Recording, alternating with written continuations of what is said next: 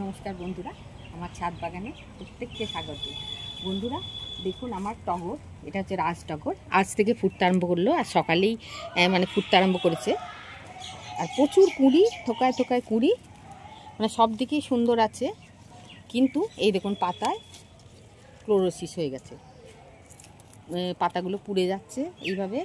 আর সবুজ রঙটা আস্তে আস্তে হারিয়ে ফেলছে, হলুদ হয়ে যাচ্ছে। তাই এর তো প্রতিকার আছে। আমি এপসাম সল্ট,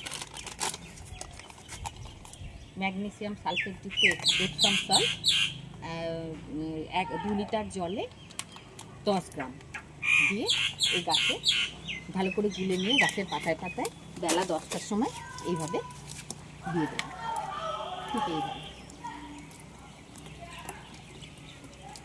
এইভাবে দিয়ে দেব।